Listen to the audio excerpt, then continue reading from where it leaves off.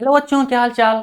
मैं कुंदन कुमार, स्वागत है आपका मैथमेटिक्स जोन प्रेरणा पे। हम लोग क्लास 10 के चैप्टर नंबर 6 जो है त्रिभुज को पढ़ रहे थे। इस चैप्टर में टोटल 8 क्लास हो चुके हैं। यदि आप हमारे चैनल पे पहली बार आए हैं तो मैं आपको सजेस्ट करूंगा कि आप पहले उन प्रीवियस क्लास को जाके एक बार जरूर देख लें, ताकि आपका इस चैप्टर में जो भी कॉन्सेप्ट या क्वेश्चन छूट गया है वो आपका कवर अप हो जाए। इसी के साथ आज क्लास शुरू करते हैं। चलिए, हम लोग इसके जस्ट पिछले क्लास में प्रश्नावली 6.2 के क्वेश्चन नंबर 8 तक को कर चुके थे। आज क्लास में हम उससे आगे क्वेश्चन देखेंगे, क्वेश्चन नंबर 9 और 10 देंगे। ठीक है, चलिए तो अपने कलम को भी किताब निकाल लीजिए और शुरू कीजिए हमारे साथ पढ़ना। चलिए,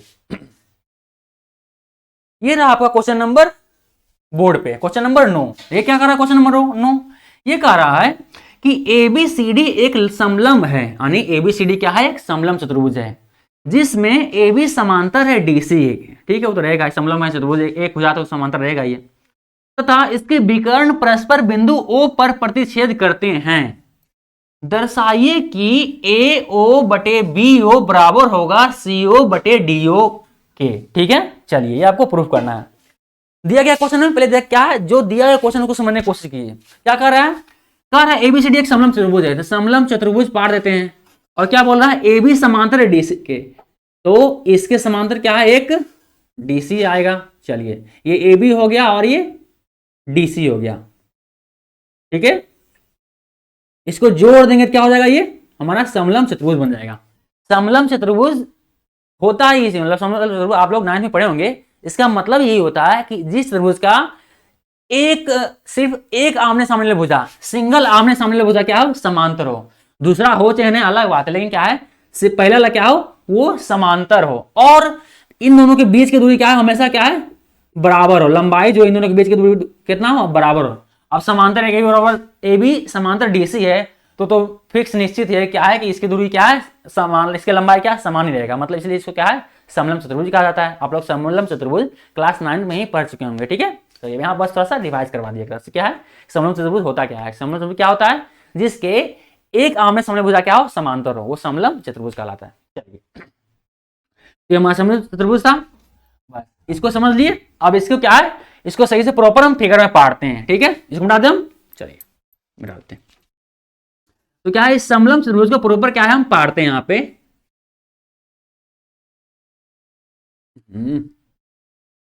ए बी डी सी के समांतर। ये हमारा ए बी हो गया, ये हमारा हो जाएगा सी और डी, तो ये डीसी हो जाएगा। ए बी समांतर है डीसी के, बिल्कुल सही। क्या कर रहा है? ए बी सी डी एक समलंब चतुर्भुज जिसमें ए बी समांतर डीसी, ए बी समांतर डीसी, बिल्कुल सही है। तथा इसके विकर्ण परस्पर बिंदु O पर प्रतिच्छेद करते हैं। और कह रहा है कि इसके विकर्ण जो जहां प्रतिच्छेद करता है वो क्या है? बिंदु, उसको हम बिंदु O कहते हैं। ठीक है, ये प्रॉपर नहीं पढ़ा है क्या? समलंब आकृति में सही दिखने रहा हमको, टेढ़ा दिख रहा है। आपको कोशिश करना क्या है कि समलंब ही पा रहे हैं ऐसे, हालांकि हाथ से थोड़ा प्रॉपर सीधा पारना तो मुश्किल ही है, पर फिर भी क्या है, कोशिश करना है क्या है कि ये प्रॉपर आपको समलंब दिखे। हाँ, आप दिख रहा है कि समांतर है दोनों लाइन, ए बी समांतर है डीसी के, ये आपको दिख रहा है। ठीक है, चलिए क्या करना है? इसके विकर्ण अब पारने हैं। विकर्ण को पार लिए, ये विकर्ण गया इसके यहाँ पे मिल गया, दूसरा विकर्ण गया जो कि गड़बड़ हो गया।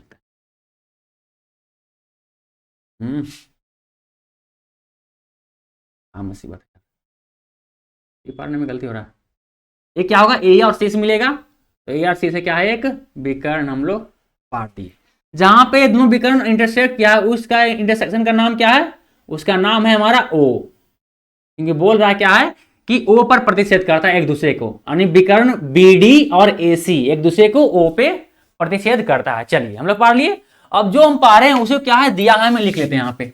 दिया है, दिया है यानी क्वेश्चन में जो दिया गया है, दिया गया है, ये दिया है, क्या दिया गया है? ए बी सी डी एक समलंब चतुर्भुज है। समलंब, समलंब, लब, लंब चतुर्भुज है, चतुर्भुज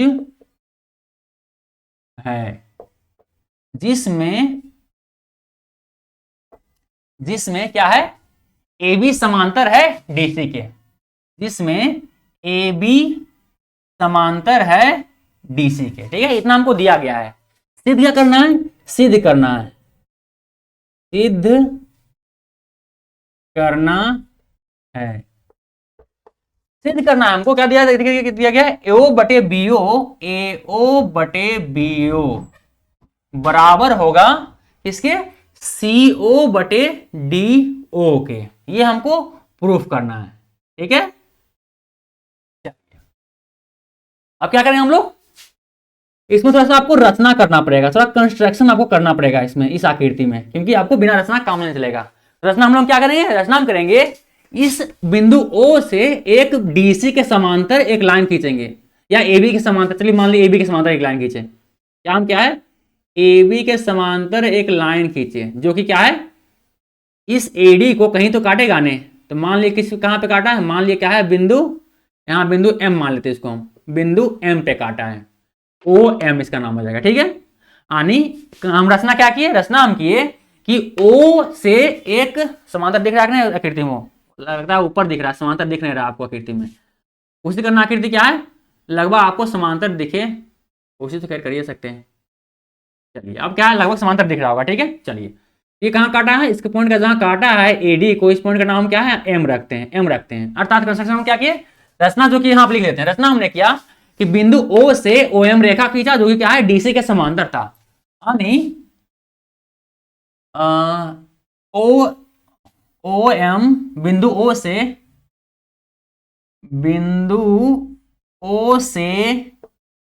रेखा OM खींचा, जो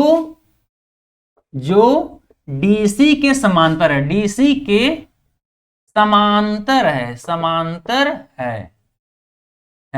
अर्थात आप लिख सकते हैं इसको दूसरे शब्दों में, क्या लिख सकते हैं, इसको दूसरे शब्दों में सिंबल का इस्तेमाल करते हुए लिख सकते हैं। चलिए लिखते हैं इसको सिंबल का इस्तेमाल करते हुए, क्या लिखेंगे कि OM जो है वो समांतर है किसके है, DC का, DC के। ये हमने रचना कुछ इस प्रकार से किया है कि हमको OM के समांतर ही DC को हम रचना किए हैं, ठीक है। इस शब्द में लिख सकते हैं इसको। चलिए रचना भी हो गया हमारा, दिया गया लिख लिए, सिद्ध करना लिख लिए हैं, और जो रचना हम रचना जो जरूरत था, जो जरूरी रचना था, उसको भी हमने कर लिया है। अब क्या है, अब हम क्वेश्चन को आगे बढ़ाते हैं प्रमाण से, ठीक है। चलिए प्रमाण, इन क्वेश्चन में आगे बढ़ने से पहले क्या हम थोड़ा सा इसमें स्केच में इंक भर देते हैं, ताकि आपको सही से दिखे, क्योंकि आपको थोड़ा सा फीका टाइप के दिख रहा होगा, धुंधला टाइप के, तो अगर भर देंगे स्केच में इंक तो सही दिखेगा आपको, ठीक है।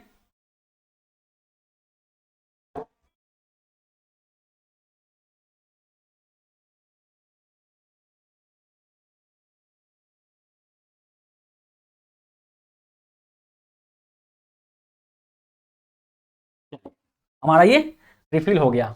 अब क्या हम आगे बढ़ते हैं, आगे कहां से बढ़ेंगे, सिंपल, आपको दिख रहा होगा AB समांतर है DC के, AB समांतर है DC के, ठीक है। ये आपको दिया गया है, दिया है, ठीक है। अच्छा कंस्ट्रक्शन क्या DC की है, चलिए ठीक है। AB समांतर है DC के, आपको दिया गया है, ठीक है। यहाँ पे AB समांतर DC के आपको दिया गया है, ये दिया है, इसको आप समीकरण 1 मान लीजिए। और OM समांतर है DC के, ये क्या है आपको रचना से है, क्योंकि सामने रचना है, क्या रचना से, इसको आप समीकरण 2 रख लीजिए। अब समीकरण 1 और समीकरण 2 को आगे बढ़ाने से यहाँ पे क्या हम यहाँ पे लिखते हैं, चलिए एक लाइन मार लेते हैं यहां से, यहाँ समीकरण 1 तथा 2 से हम बोल सकते हैं, क्या बोल सकते हैं कि AB समांतर DC है और OM समांतर DC, मतलब क्या है, OM समांतर भी है, यहाँ का बोल रहा है AB समांतर DC के, कोई बोल रहा है कोई दो रेखा समांतर रेखा, ठीक है, और बोल रहा है इसके समांतर ये रेखा है, अर्थात क्या तीनों रेखा समांतर होगा। सिंपल है, आप ऐसे से देख लीजिए, आपको अगर समझ में आए तो इसको इस तरह से देखिए, AB समांतर DC के, ठीक है। आप बोल सकते हैं समीकरण 1 से क्या बोल रहा है, समीकरण 1 बोल रहा है हमारा कि AB समांतर है DC के, ठीक है, और बोल रहा है कि DC समांतर है OM के, समीकरण 2 हमारा यही बोल रहा है, DC समांतर OM के, मतलब DC समांतर है OM के, मतलब तीनों रेखाएं आपस में क्या है, समांतर है, ठीक है। चलिए अगर तीनों रेखाएं आपस में समांतर है तो हम लिख सकते हैं, क्या लिख सकते हैं कि OM समांतर है AB के तथा OM समांतर है DC के, बिल्कुल लिख सकते हैं इस तरह से। अब क्या है, हम आगे बढ़ते हैं।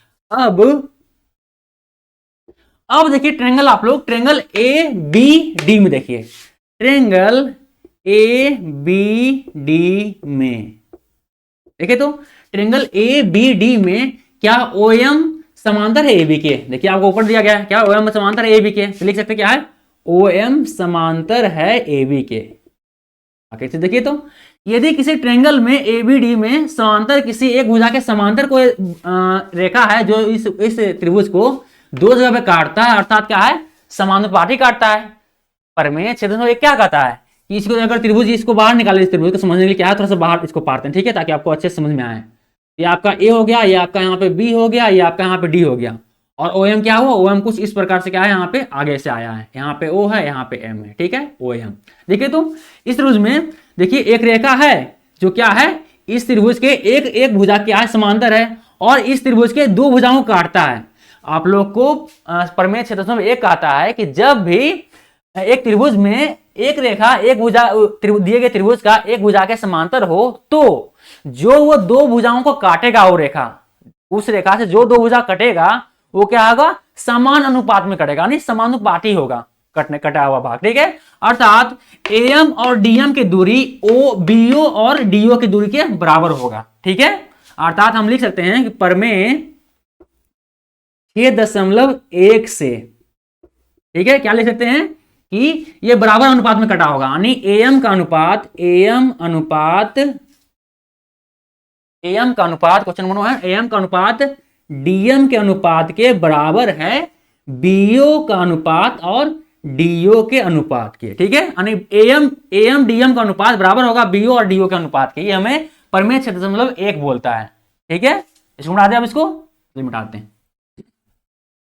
क्षेत्रफल एक यही बोलता है नहीं, किसी त्रिभुज में यदि एक समांतर रेखा एक भुजा के है, तो उस समांतर रेखा से जो भी उस त्रिभुज का दो भुजा कटा है वो क्या है, समान अनुपात में कटेगा, बराबर अनुपात में कटेगा। तो ये क्या है, इस रेखा से इस त्रिभुज में इस ए बी का समांतर देखिए ओ एम है, और ये क्या है, इस रेखा से ये ए बी और बी डी कटा है, मतलब समानुपात में कटेगा, समानुपात में कटा, ये हमारे प्रमेय 6.1 आता है, उसी से हम लिख लिए, इसको क्या समीकरण एक मानते हैं हम।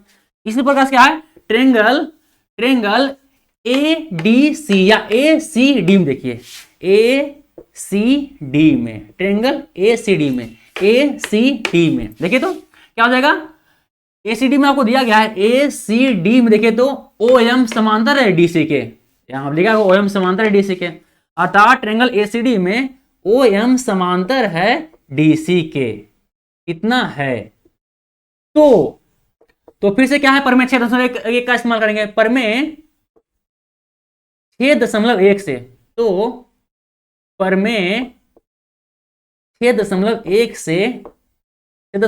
से क्या होगा, हमें ये हमारा हो जाएगा, इसका अनुपात बराबर होगा, यानी एम का अनुपात डीएम के अनुपात के, एम और डीएम का अनुपात बराबर होगा, किसके बराबर है, एओ और सीओ के अनुपात के, एओ और सीओ के अनुपात के। इसको आप समीकरण 2 मान लीजिए। अब यहां पे हम आगे बढ़ते हैं अगला स्टेप में। अब क्या करेंगे, अब हम लोग समीकरण 1 और समीकरण 2 से आगे बढ़ते हैं, समीकरण 1 तथा समीकरण 2 से। चलिए समीकरण 1 हमारा क्या कर रहा है, समीकरण 1 कर रहा है कि एम की दूरी एम बटे डीएम का अनुपात बराबर है किसके, बीओ और डीओ के अनुपात के, बीओ और डीओ के अनुपात के। और देखिए एएम और डीएम का अनुपात बराबर है एओ और सीओ के अनुपात के भी बराबर है, अर्थात इसके बराबर हम इतना भी लिख सकते हैं, अर्थात एएम बटे डीएम के बराबर लिख सकते हैं, क्या लिख सकते हैं, एओ बटे सीओ भी लिख सकते हैं, यानी बराबर एओ बटे सीओ भी लिख सकते हैं, अर्थात तीनों जो अनुपात क्या है, आपस में बराबर है, यानी हम लिख सकते हैं अगला स्टेप में क्या लिख सकते हैं कि बीओ बटे डीओ, यानी बीओ और डीओ का अनुपात बराबर होगा एओ और सीओ के अनुपात के। लेकिन हमको यहाँ देखो करना क्या, सिद्ध क्या करना है, हमको सिद्ध करना है कि सीओ बटे डीओ बराबर होना चाहिए एओ बटे बीओ के। देखो क्या आया है, नहीं आया, क्या करेंगे हम, सिंपल क्या है, इसको आप सिंपल में क्या कर दीजिए, अगला स्टेप में क्या है, इसको आप क्रॉस मल्टीप्लिकेशन कर दीजिए, क्रॉस मल्टीप्लिकेशन कर दीजिए, मतलब ये तीसरा से गुना कर दीजिए, फाइनली क्या मिलेगा आपको, गुना करने के बाद क्या मिलेगा, देखिए तो आपको ये आपको मिलेगा बीओ गुना होगा सीओ, क्या मिल जाएगा, बीओ गुने सीओ हो जाएगा यहाँ, ठीक है, बराबर डीओ गुना हो जाएगा एओ से, तो एओ गुने ये क्या हो जाएगा, डीओ, डीओ, ठीक है। चलिए फाइनली हमको लिखना क्या है, हमको लिखना है सीओ बटे डीओ, सीओ कहीं ना दीजिए, इस डीओ को इधर गुना में देखिए बराबर के इधर क्या होगा, भागा में आ जाएगा, यानी अगला स्टेप में कैसे लिखना है, अगला स्टेप में सिंपल सीओ को यहीं रहने दीजिए, सीओ बटे ये डीओ इधर गुना में है, बराबर के इधर लाएंगे क्या हो जाएगा, इधर आके भागा में आ जाएगा, डीओ बराबर भागा में आ गया, बराबर एओ के तो यहीं रहने दीजिए, एओ क्या है यहीं पर रहने दीजिए, बटे ये जो आपका बीओ है उसको क्या है बराबर के दूसरी ओर भेज दीजिए, इधर गुना में इधर क्या भागा में आ गया, इधर क्या है भागा में आ जाएगा बीओ, फाइनली क्या हो गया, देखिए एओ बटे बीओ बराबर है सीओ बटे डीओ का, आ गया एओ बराबर बटे बीओ बराबर है सीओ बटे डीओ के, अर्थात ये बराबर थे, इसको हम इस तरह से भी लिख सकते हैं, बिल्कुल लिख सकते हैं, क्या लिख सकते हैं, अगला स्टेप में क्या लिखेंगे हम, लिख सकते हैं उल्टा करके भी लिख सकते हैं, एओ बटे बीओ बराबर होगा सीओ बटे डीओ के, सीओ बटे डीओ के, प्रूव्ड। चलिए प्रूफ क्या हमारा, ये तुमको प्रूफ करना था। चलिए उम्मीद करते हैं आपको समझ में आया होगा, ये क्वेश्चन आपको समझ में आया होगा, वीडियो रोकिए उसको उतार लीजिए, फिर हम अगले क्वेश्चन के बढ़ते हैं, ठीक है। चलिए उतार लीजिए वीडियो रोक करके इसको,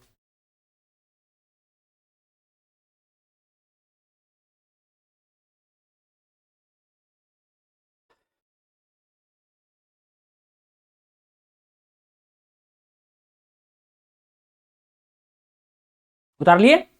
चलिए उम्मीद करते हैं कि आप लोग वीडियो रोक करके इसको उतार लिए होंगे और ये क्वेश्चन आपको समझ में आया होगा। अब क्या हम अगले क्वेश्चन देते हैं, क्वेश्चन नंबर 10 को। चलिए इसको मिटा देते पहले हम, ठीक है।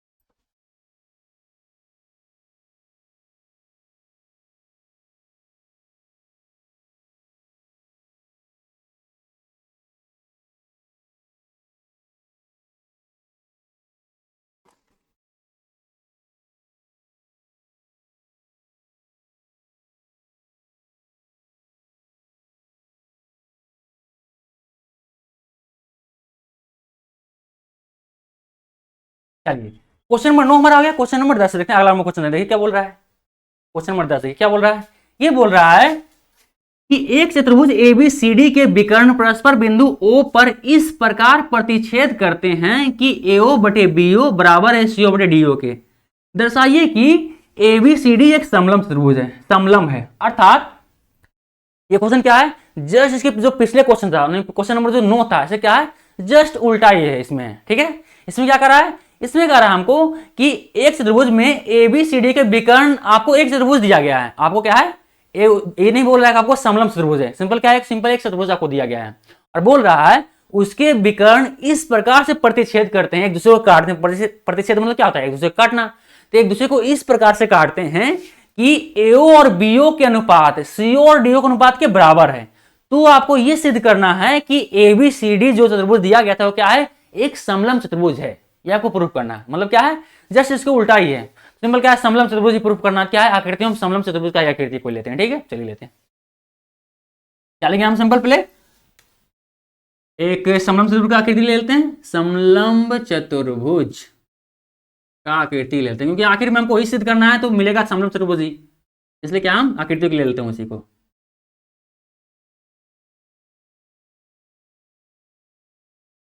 दिख रहा है समलंब, चलिए दिख रहा है, इसका नाम ए रख देते हैं, इसका नाम बी रख देते हैं, इसका नाम सी और इसका नाम डी।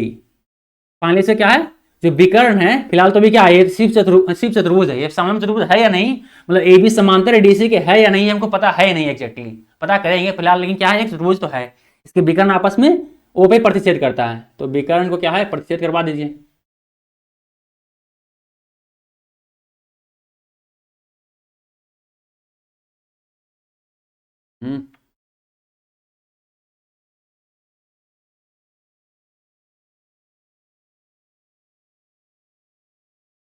चलिए ये हमारा हो गया, ये किस पे प्रतिशत करता है, ये दोनों ओ पे प्रतिशत करता है और इस प्रकार प्रतिशत करता है कि हमको ये वैल्यू मिलता है, यानी एओ बीओ का अनुपात सीओ डीओ का अनुपात के बराबर है, अर्थात एओ और बीओ का अनुपात सीओ और डीओ के अनुपात के बराबर है, ऐसा प्रतिशत करता है।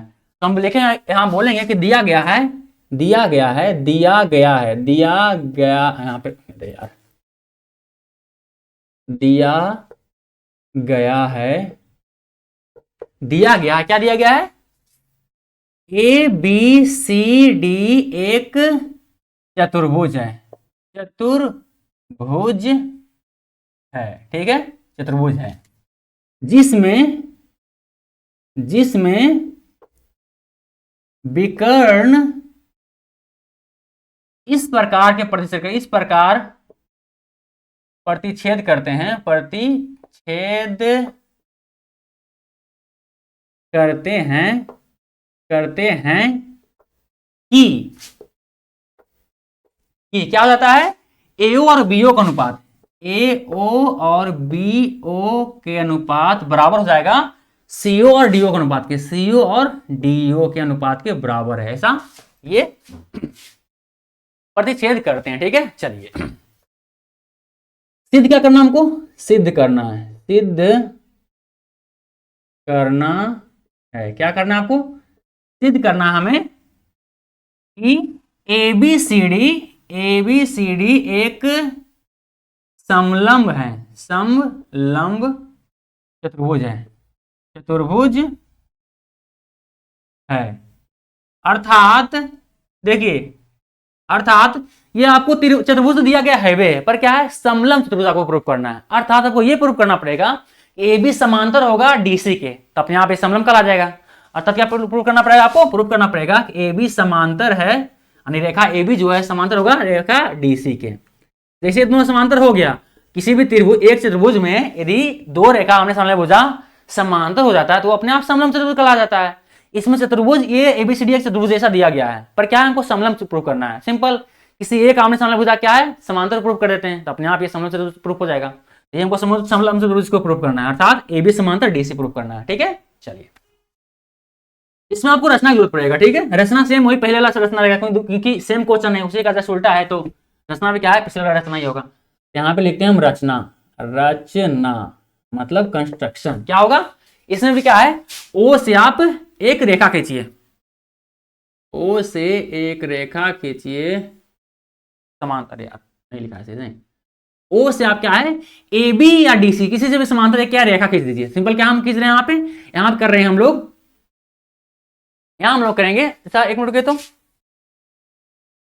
चलिए किससे समांतर करेंगे, हम ए बी के समांतर एक रेखा खींचेंगे, ठीक है, ए बी के समांतर, चलिए किससे समांतर खींचेंगे, ए बी के समांतर, तो क्या हम एक रेखा खींचें जो कि ए बी के समांतर हो, तो चलिए एक रेखा खींच देते हैं जो कि क्या है ए बी के समांतर हो, दिख रहा है आपको समांतर टाइप के, दिख तो नहीं रहा, टेढ़ा नहीं दिख रहा है, दिख जो, चलिए ठीक है, लगभग समांतर दिख रहा है, क्योंकि अब हाथ से पूरा प्रॉपर सौदा लिखना तो मुश्किल है, सौदा रेखा पारना, ठीक है। चलिए ये रेखा क्या है, जो रेखा एडी को कहाँ पे प्रतिच्छेद करता है, एडी को क्या है, इसको क्या है पी मान लेते हैं, एडी को पॉइंट पी पे क्या है प्रतिच्छेद करता है, ठीक है। चलिए जो कि क्या है ओ यानी पी कहेंगे, ओपी क्या है, ओपी क्या है ए बी के समांतर है, ऐसा हमने रचना है किया है, यहाँ लिखेंगे रचना क्या किया हमने, रचना हमने किया है कि बिंदु ओ से रेखा ओपी खींचा जो कि ए बी के समांतर है, ए बी के समांतर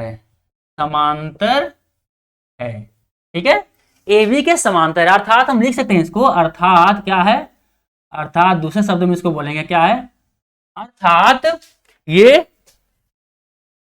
ये ए बी के समान लिख सकते हैं, ओपी समांतर है ए बी के, इस तरह से हम लिख सकते हैं सिंबल में, बिल्कुल लिख सकते हैं। चलिए आगे बढ़ते हैं क्वेश्चन में, ठीक है,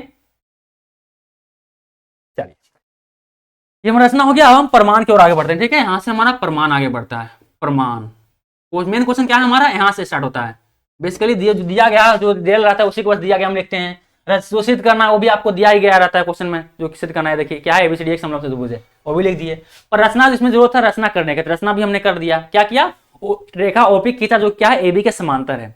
अब क्या हम प्रमाण से आगे बढ़ते हैं, प्रमाण जो जानकारी दिया गया है उससे आगे बढ़ना पड़ेगा हमको, जानकारी हमको ये दिया गया है, इससे आगे बढ़ते हैं, तो ट्रेंगल या सिंपल कोई ट्रेंगल नहीं, डायरेक्ट जो जानकारी उसी जानकारी से आगे बढ़ते हैं पहले, ठीक है।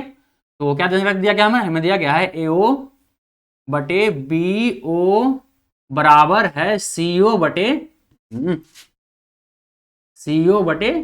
डी ओ के, ये दिया गया नहीं, एओ बटे बी ओ बराबर है सीओ बटे डी ओ के, आपको यहाँ पे दिया गया है।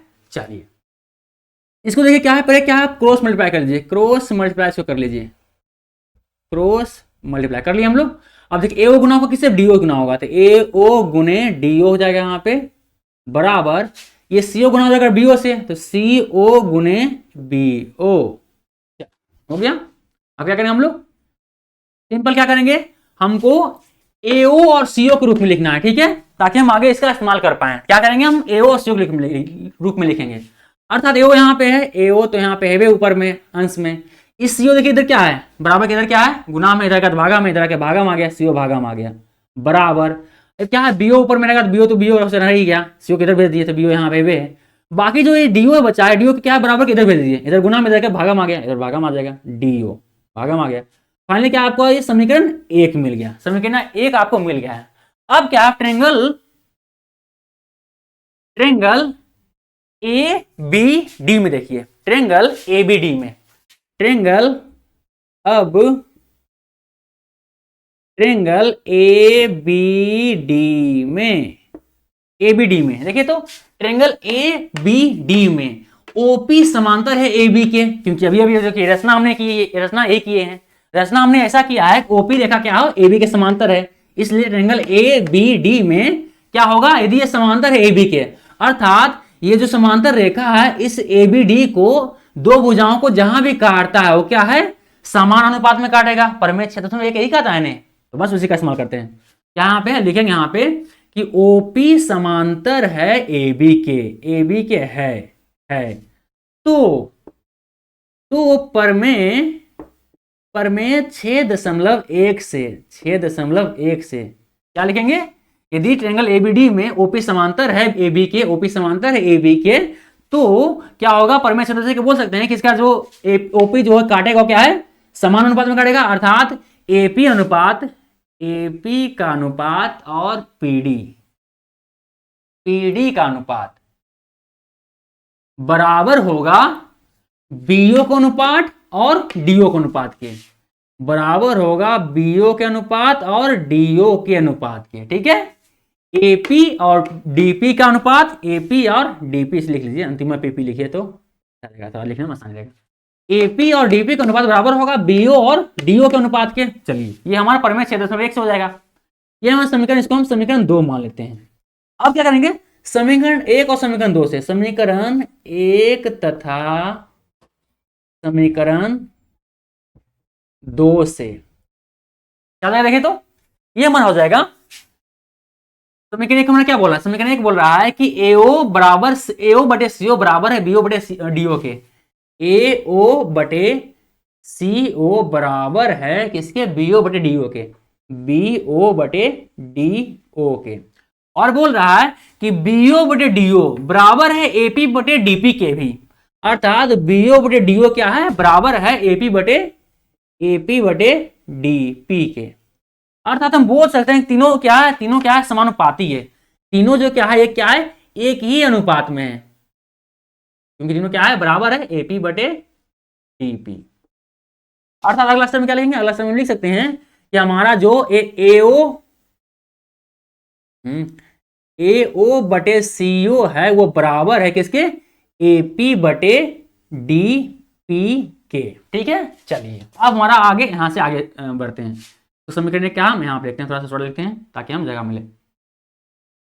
चलिए अब क्या है, अब यहाँ पे हम आगे बढ़ते हैं, आगे इससे आगे क्या होगा, आगे हम लोग करेंगे, देखिए तो ट्रेंगल, आप लोग ध्यान से देखिए, ट्रेंगल किसमें, ट्रेंगल ए डी क्या, एओ बटे सीओ, एओ कहाँ गया, एओ और सीओ है, यहाँ क्या है, एपी बटे डीपी है, simple triangle A C D में देखिए, ट्रेंगल ए सी डी में इस जानकारी का इस्तेमाल कीजिए, एओ बटे सीओ बराबर है एपी बटे डीपी के, ट्रेंगल एसीडी में, एसीडी में, इस वाले ट्रेंगल में क्या है, यदि ये बराबर है, अर्थात देखिए तो एओ और सीओ का अनुपात बराबर है एपी और डीपी के अनुपात के, बराबर है एपी और डीपी के अनुपात के, हमको दिया है, तो परमेय 6.2 से 6.2 से हम लिख सकते हैं कि इस त्रिभुज में यानी ट्रायंगल ए सी डी में जो रेखा इस दो भुजाओं को यानी एडी को और एसी को जो बराबर बराबर, एक मिनट रुकिए, थोड़ा कैसे कॉल आ रहा है थोड़ा सा।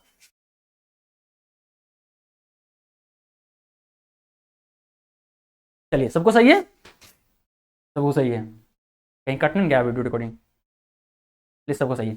अब क्या करेंगे यहाँ पे, प्रमेय क्षेत्र से 1.2 क्या कहता है, प्रमेय क्षेत्र से 2 कहता है किसी किसी त्रिएंगल में यदि उसके दो भुजाओं को एक रेखा समान अनुपात में काटता है, समान अनुपात में काटता है, तो वो जो रेखा होगा वो जो उस त्रिभुज के जो तीसरी भुजा होगा उसे क्या है, समांतर होगा।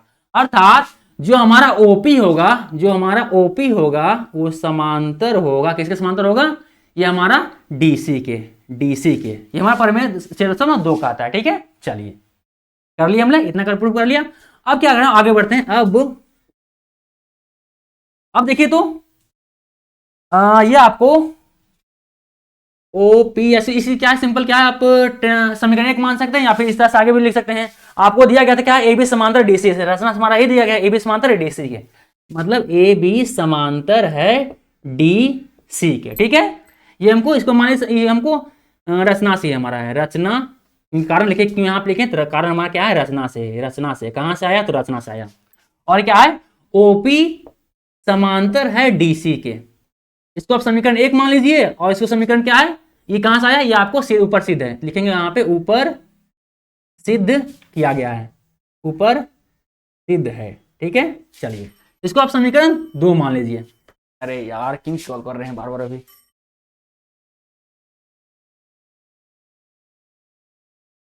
ठीक है, चलिए सबको सही है ना, ऐसे में कहीं कटिए ना जाए। क्या होगा, दोनों एक समीकरण 1 समीकरण 2 से देखिए, समीकरण 1 और समीकरण 2 से हम क्या बोल सकते हैं, समीकरण तथा समीकरण 2 से हम बोल सकते हैं, देखिए क्या है, ए बी समांतर डीसी के, ए बी समांतर है डीसी के, समीकरण 1 हमारा ही बोल रहा है, और समीकरण 2 बोल रहा है कि डीसी समांतर है ओपी के, और बोल रहा है समीकरण क्या बोल रहा है, समीकरण 2 हमारा बोल रहा है, समीकरण 2 बोल रहा है, क्या बोल रहा है कि हमारा जो डीसी है वो क्या है, समांतर है ओपी के, इसको समीकरण 2 को लिखे हैं। ये क्या है, डीसी समांतर है, डीसी समांतर किसे, ओपी के, अर्थात हम लिख सकते हैं अगला स्टेप में, जगह कम पड़ गया क्या यार, चलिए यहाँ थोड़ा सा लगा लेते हैं। अर्थात अगला स्टेप में क्या लिख सकते हैं, हम लिख सकते हैं, क्या लिख सकते हैं कि ए बी समांतर होगा हमारा डीसी के, मतलब तीनों समांतर तो होने, क्योंकि देखिए ए बी समांतर डीसी के, ए बी समांतर डीसी के, और डीसी समांतर है ओपी के, डीसी समांतर है ओपी के, मतलब क्या तीनों क्या है, समांतर, तीनों रेखा क्या है, समांतर है।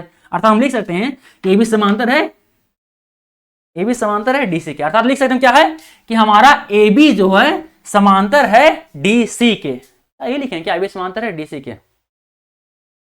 अब मुसीबत है यार, हमने रचना तो किया, रचना क्या हमारा था, रचना हमारा था डीसी नहीं बल्कि ओपी का रचना हमारा था, ओपी रचना किए थे ने, क्या देखिए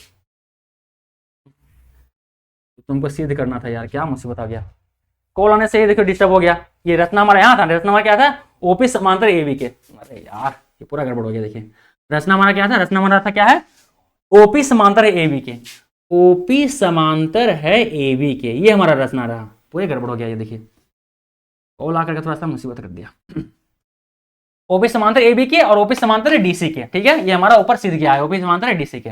अब समीकरण 1 समीकरण 2 से आगे बढ़ते हैं, समीकरण 1 तथा समीकरण 2 से, तथा 2 से क्या होगा, देखिए तो ये हमारा हो जाएगा ओपी समांतर है ओबी के, ओपी समांतर है एबी के, तथा ओपी समांतर है डीसी के, ओपी समांतर किसके है, डीसी के भी क्या है, ये समांतर है। अर्थात हम अगले अर्थ में क्या लिख सकते हैं, एबी समांतर डीसी के, एबी क्या है, समांतर है डीसी के। देखिए फाइनली हमको ये साबित करना था कि एबी समांतर है डीसी के, अर्थात अब हम लिखें क्या है, अतः जो दिया गया हमको चतुर्भुज जो है, चतुर्भुज जो एबीसीडी जो दिया गया था वो क्या है, उसमें एबी समांतर डीसी है। इसका मतलब है कि चतुर्भुज एबीसीडी जो है क्या है, एक समलंब चतुर्भुज है। ठीक है, चलिए अतः चतुर्भुज ए बी सी डी एक समलंब चतुर्भुज है। चतुर्भुज है, चतुर्भुज है। ठीक है, चलिए ये हमारा फाइनली सिद्ध हो गया। हमको ये सिद्ध करना था कि बी समांतर है डीसी के। यहाँ पे देखिए सिद्ध करना था, रचना हमारा ये रहा, बीच में थोड़ा सा गड़बड़ हो गया था, क्या कॉल आने की वजह से थोड़ा सा ध्यान भटक गया और हम सिद्ध करने वाले थोड़ा सा एक दो स्टेप थोड़ा सा गड़बड़ हो गया था वहाँ पे। ठीक है, अब सबको सही है। ठीक है, तो हमारे तरीके से वीडियो रोकिए, इसको उतार लीजिए, फिर हम अगले क्वेश्चन की ओर बढ़ते हैं। ठीक है, या शायद लगता है इस एक्सरसाइज में क्वेश्चन नंबर 10 तक ही है, ये सारा लगता है हमारा एक्सरसाइज समाप्त हो गया। ठीक है, उतार लिया इसको वीडियो रोक करके। चलिए अब क्या आगे बढ़ते हैं। तो सब सही है, सब सही है।